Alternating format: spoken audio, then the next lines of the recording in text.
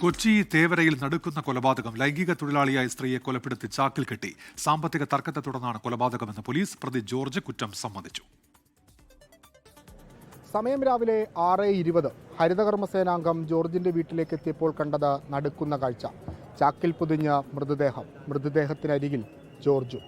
ഇന്നലെ ഉച്ചയോടെ എറണാകുളം സൗത്തിൽ നിന്നാണ് കൊല്ലപ്പെട്ട സ്ത്രീയെ ജോർജ് വീട്ടിലെത്തിച്ചത്.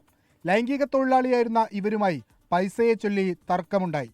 പിന്നാലെ മദ്യലഹരിയിലായിരുന്ന ജോർജ് ഇരുമ്പ് പാര കൊണ്ട് സ്ത്രീയുടെ തലക്കടിച്ചു വീഴ്ത്തുകയായിരുന്നു. വീടിൻ്റെ ഉടമസ്ഥനാണ് ജോർജാണ് ബോഡിയുടെ അടുത്തുണ്ടായിരുന്നത്.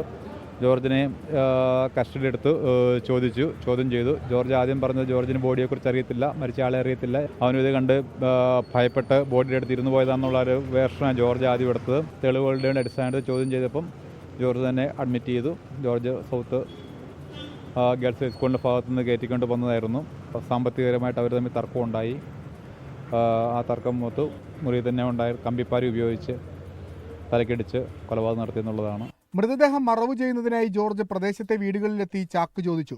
മൃതദേഹം മുറിയിൽ നിന്ന് വീടിന് പുറത്തേക്ക് വലിച്ചിഴച്ചതിന്റെ രക്തക്കറ കണ്ടെത്തി. ഭാര്യയും മകളും വീട്ടിലില്ലാത്ത സമയത്തായിരുന്നു കൊലപാതകം. 40 വർഷമായി തേവരയിലെ താമസക്കാരനാണ് ജോർജ്. മദ്യപിച്ച് ഇങ്ങനെ കൊച്ചു വിഷയങ്ങളൊക്കെ എന്തെങ്കിലുമൊക്കെ ഉണ്ടാക്കുമെന്നല്ലാതെ എങ്ങനെ ഒരു ക്രിമിനൽ പശ്ചാത്തലമൊന്നും അദ്ദേഹത്തിനില്ല. ഒരു 6:25 ഞാൻ ഇവിടെ എത്തി വരുമ്പോൾ അദ്ദേഹം മൃതദേഹത്തിന് അരികെ ഇരിപ്പുണ്ടായിരുന്നു.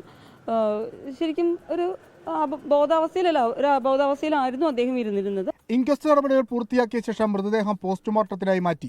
ജോർജിന്റെ അറസ്റ്റ് രേഖപ്പെടുത്തിയിട്ടുണ്ട്. കസ്റ്റഡിയിൽ വാങ്ങി തെളിവെടുപ്പ് നടത്തും. വിഷ്ണു സുരേഷ്, 24 കൊച്ചി.